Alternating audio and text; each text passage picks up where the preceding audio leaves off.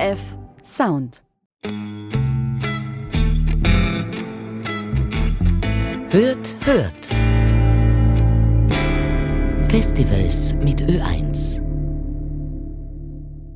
I think this has always been a problem with media. I think it's especially exacerbated and difficult with artificial intelligence because it's much easier to craft narrative. It's much easier to create media. And that's both a blessing for young creators that may not have funds to tell their story, but also a curse in the sense that, well, anybody can craft a narrative that can try to convince us, persuade us, misinform us. And we need to effectively have more criticality as a society. We need more education. Willkommen in der Ö1 Sommerreihe zur Ars Electronica 2026. In dieser Podcast-Serie kommen internationale Kunstschaffende und Forschende zu Wort, die mit ihrer Arbeit neue Perspektiven auf Technologie, Gesellschaft und unser Zusammenleben eröffnen. In dieser Folge sprechen wir über Gerüchte, Macht und die Frage, wie Narrative geformt, manipuliert und verzerrt werden. Von den politischen Intrigen am Hof der indischen Großmoguln bis zur KI-geprägten Medienwelt der Gegenwart. Zu Gast ist Parag Mital, ein indisch-amerikanischer Künstler und Wissenschaftler, der an der Schnittstelle von künstlicher Intelligenz, Simulation und Storytelling arbeitet. In seinem interaktiven Kunstwerk The Game of Whispers treffen autonome KI-Figuren aufeinander. Sie führen Gespräche, schließen Bündnisse, streiten und verändern dadurch laufend die Geschichte, die das Werk erzählt. Beim Prix Ars Electronica erhält The Game of Whispers eine Anerkennung in der Kategorie Interactive Art Plus.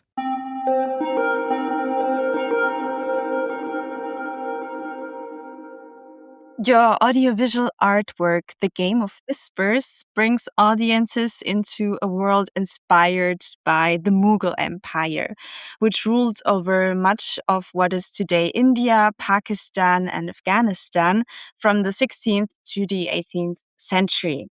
And in a work, we encounter beautiful gardens, palaces, and characters from the royal court. To begin, what is the Game of Whispers and what is the project about?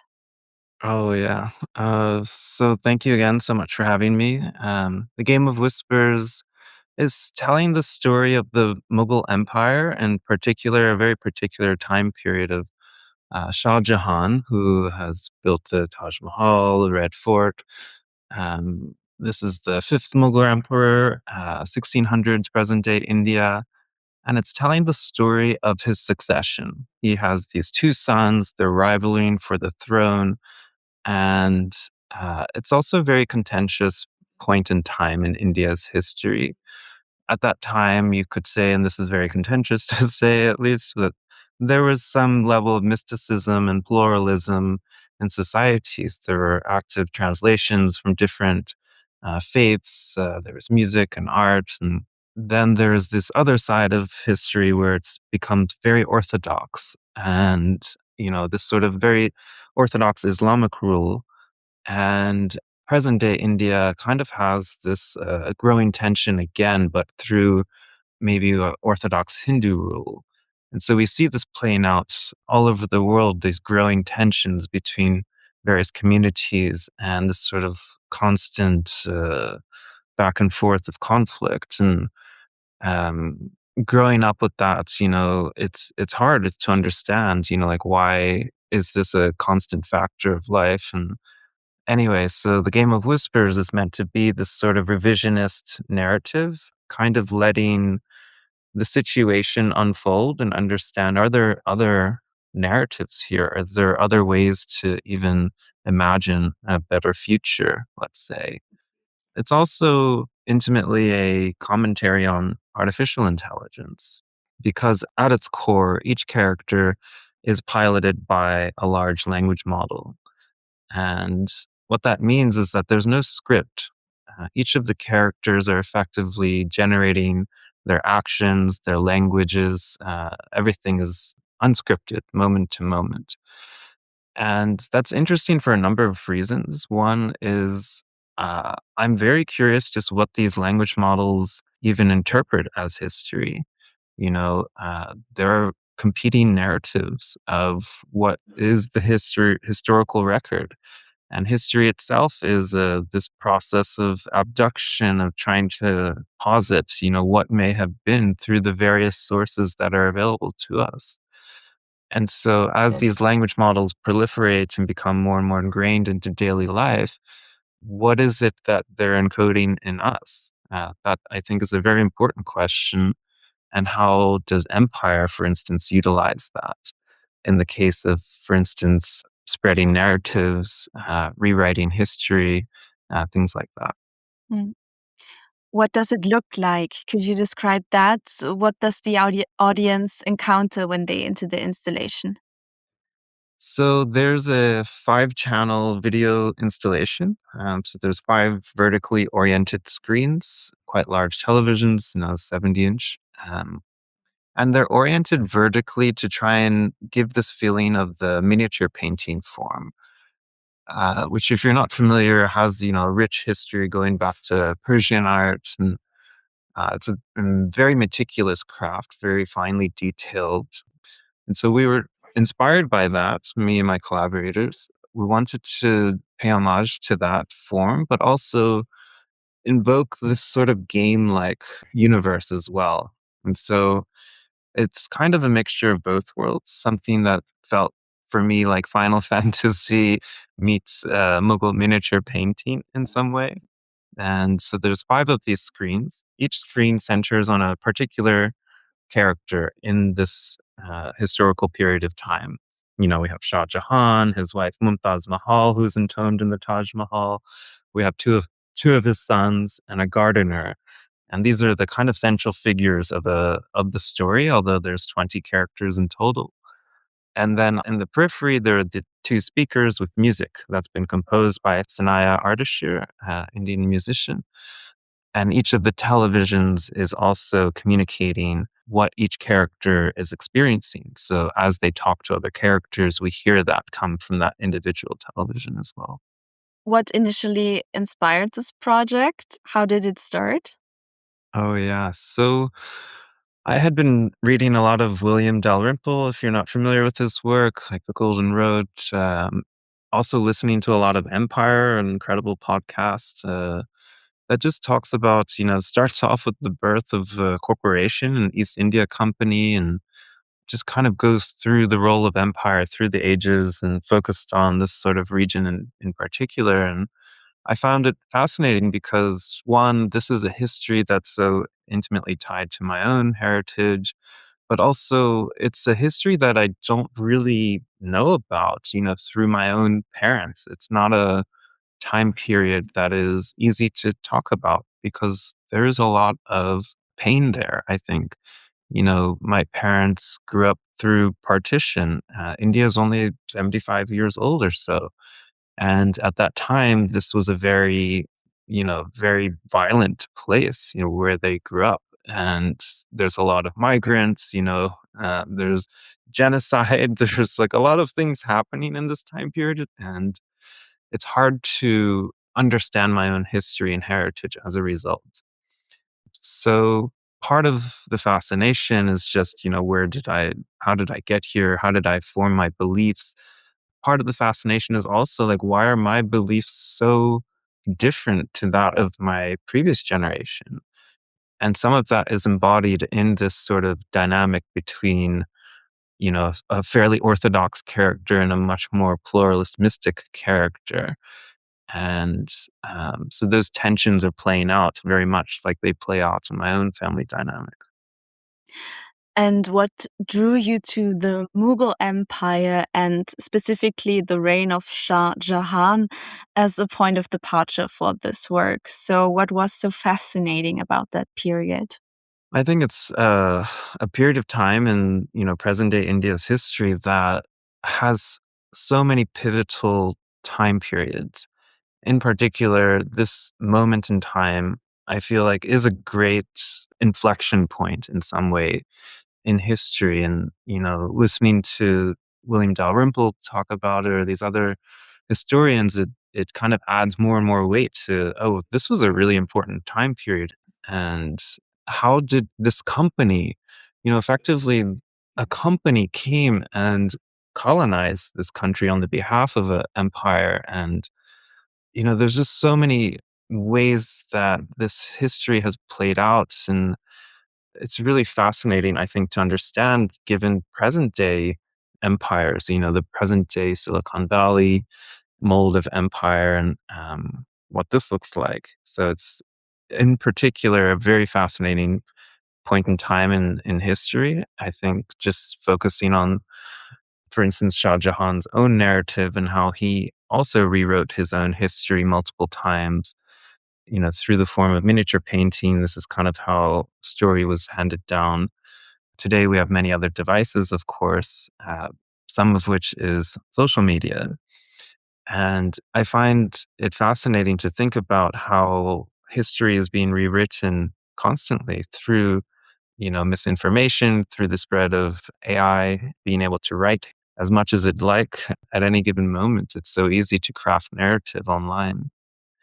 So I think there's a couple of reasons, going into it. Shah Jahan's own capacity, as any empire would do, for rewriting narrative, but also this sort of present day commentary on how we're able to rewrite narratives en masse, using large networks of agents, for instance. You turned that historical knowledge, that kind of history lesson, or also very turbulent periods, into a very beautiful, almost like game-like environment, where we see all the different characters walking through the gardens, talking to each other, interacting with each other. Could you walk me through the technical architecture of this piece? How did you build that world, and what world did you build there? Yeah. So the level design is done by my collaborator, Brianna Browning, a brilliant artist as well. And we took the red fort as the basis for the simulation. And this is the home that Shah Jahan has built for himself at that time. It still exists today. It's a really beautiful place. Highly recommend you go see it. But we took the actual map layout. We excluded the buildings that were added by the British, of course, and we focused on a couple areas within this. So we have the Divani Khas, the mosque, the Charbagh garden, which is so emblematic of Mughal sites, and the Lahore Gate, really beautiful gate at the entrance. And the simulation plays out in this environment. There are lots of, procedural effects as well, like wind and subtle kind of animations. The sound is so pivotal to the experience. And Udit Duseja and Krishna Javeri also helped with this work, adding things like peacock sounds, the kind of atmosphere that you might hear at that time. Okay, and so then you have the characters, which are very central to the story, and you used AI for this project. How? How did you build those AI agents and the characters? Sure. So, our studio has been developing this internal tool called Emergentic, which is now publicly available, but it allows you to craft entire worlds comprised of non-player characters. And these characters are language agents. So they're effectively piloted by language models. It allows you to give them persona, give them custom kind of motivations, reasoning, and put them inside of this container, a sandbox world, effectively, and hit play. And from then on, everything that you see and you hear is dictated by those models. So it's unlike traditional games where things are scripted and there's a lot more thought, I guess, gone into how dialogue will play out in the situations that are in relation to a player. But in this case, there's no player. The experience isn't for the player. It is a simulation. It's all of these different language agents interacting with one another. Mhm. And what kind of simulation? Like, what is the story? What are the characters talking about or Sure. even conspiring about? Yeah, so we kept it fairly loose in some sense. We wanted there to be tension and some resolution as well. And so there are multiple sites in the map. In particular, there's this beautiful river behind some of the buildings. And we thought that would be a really fun site for some tension to arise.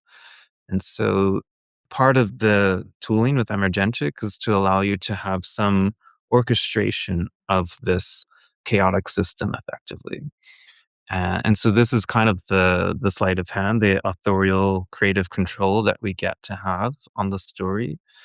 And in that, we've specified certain loose elements, like there's a plot to kill somebody, something happens by the river, there's a cover up, and so like with this sort of really basic dynamic intention and resolution, we start to see all the ways in which this could play out, and we ran maybe I think 200 plus simulations at that time, almost 2 years ago, before landing on this simulation as being the one that we would show to our audience in the festival for a number of reasons. One being there's a very poetic ending, I find. Both Dara and Aurangzeb die. Um, and it's by the gardener's hand that Aurangzeb is ultimately killed, which I just found so beautiful and poetic. And if my studio's name is also The Garden and the Machine, and I feel like there's this sort of provocation that I give for myself, at least, to remember the return to the pastoral in some sense.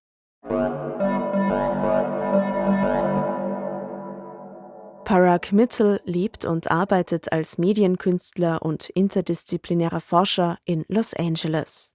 In seiner Arbeit beschäftigt er sich damit, wie Bedeutung entsteht und wie digitale Systeme und künstliche Intelligenz diesen Prozess zunehmend beeinflussen. Ausgehend von seiner wissenschaftlichen Ausbildung in Kunst- und Computertechnologien entwickelt er interaktive Erzählwelten. KI-gesteuerte Figuren reagieren aufeinander und auf ihre Umgebung.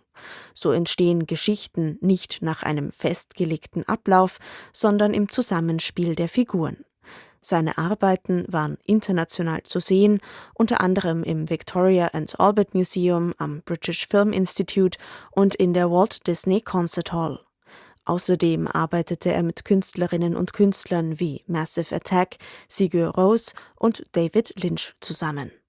The Game of Whispers wurde vom Los Angeles County Museum of Art in Auftrag gegeben und im Dezember 2024 beim Serendipity Arts Festival im indischen Goa uraufgeführt.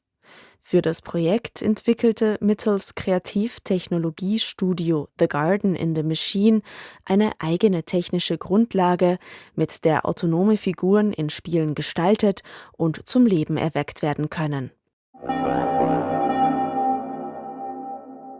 And while you were running those simulations, you said you found one version which was truly poetic to you or made a lot of sense. But were the simulations all that different, or were there any, Oh yeah. surprising outcomes? How?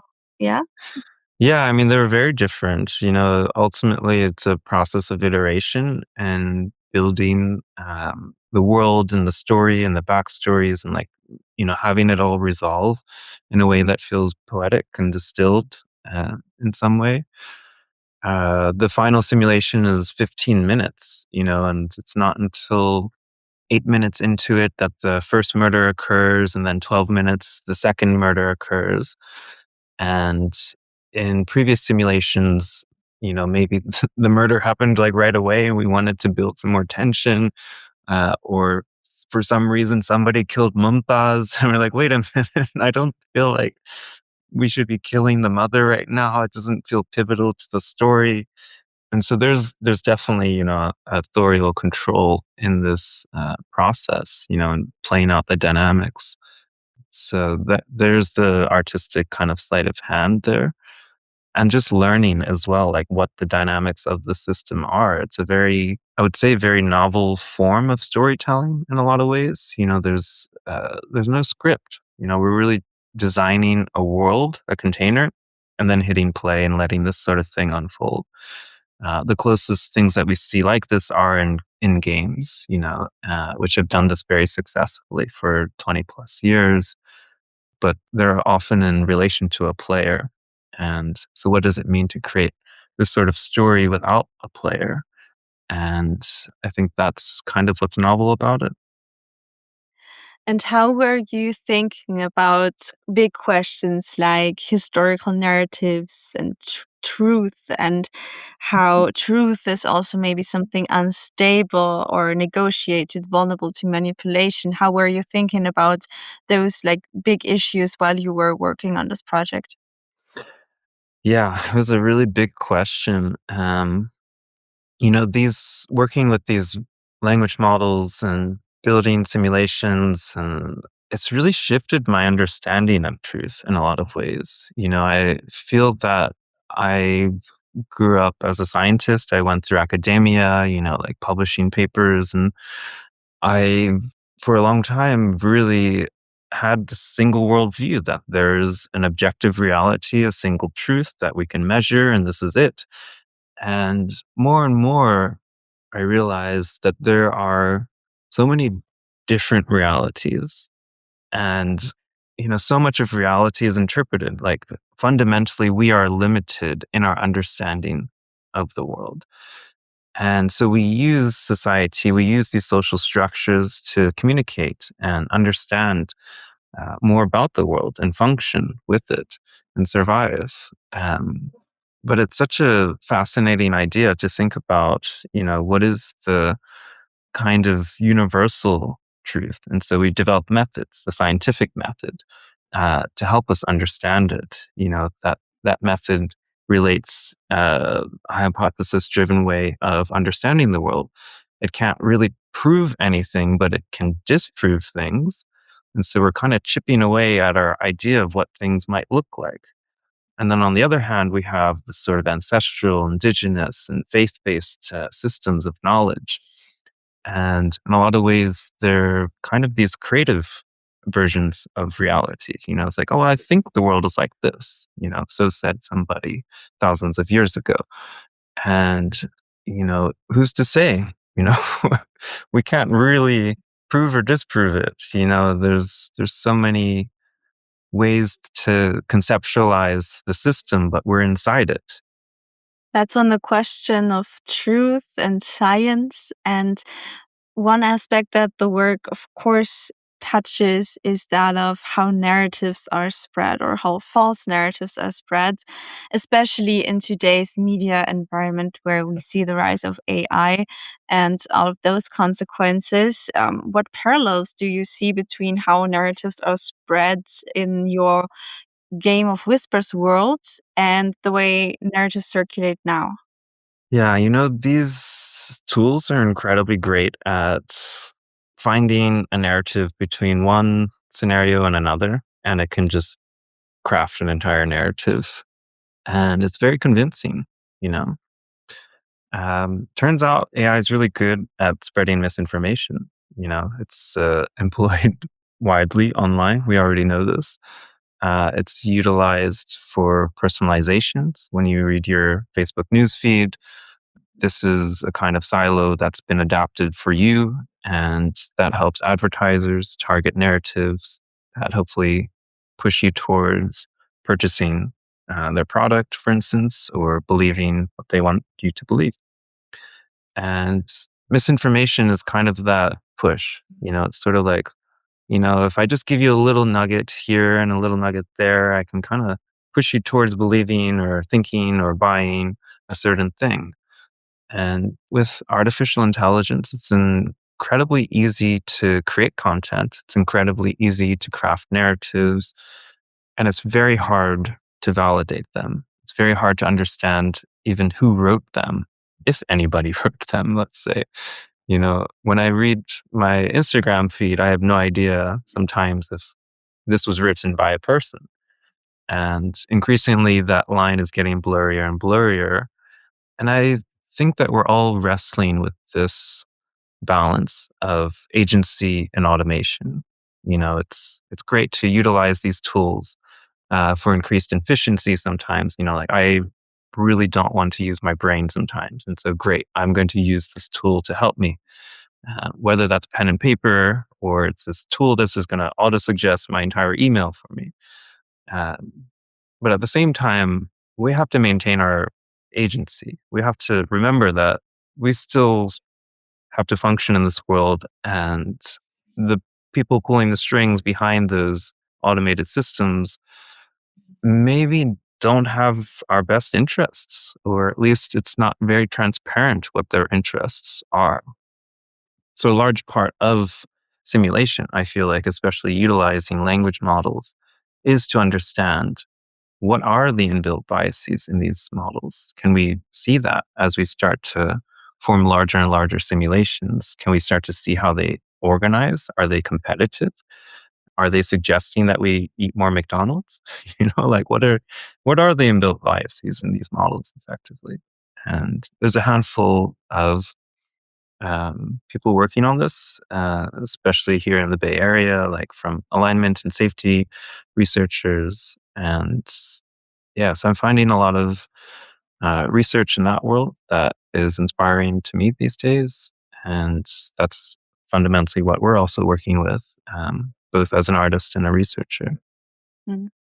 I feel like many people already are very much aware of this problem, or that many people, I think nowadays, even tend to mistrust information regarding the source. Or I feel like many people say, oh, this might be AI if something is like slightly Mhm. strange or extraordinary.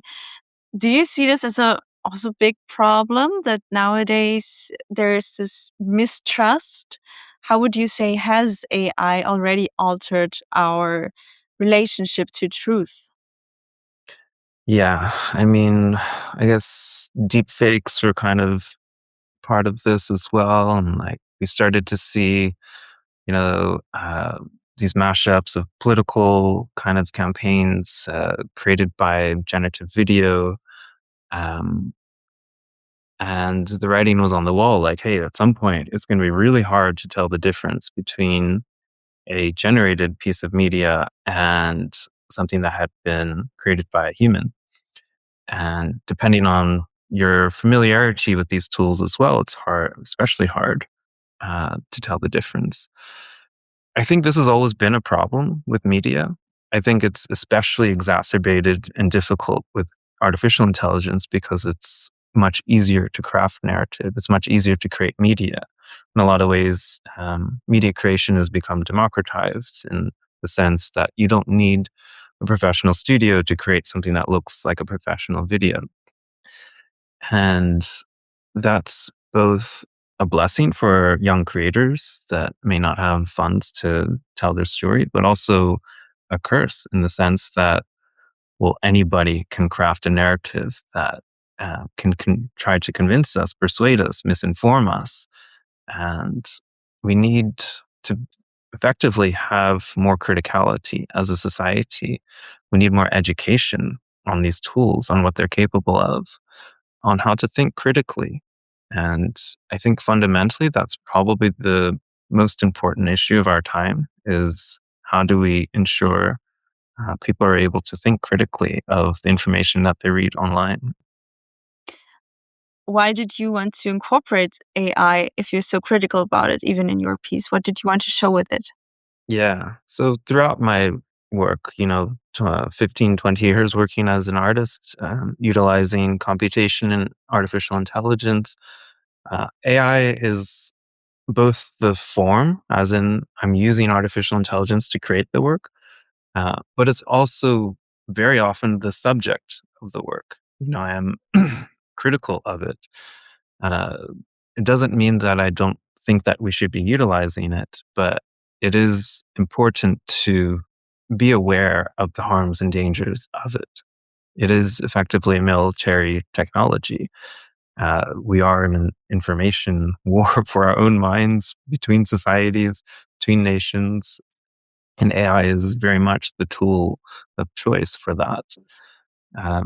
So there was a lot of motivation for me to communicate to younger generations, to generations abroad.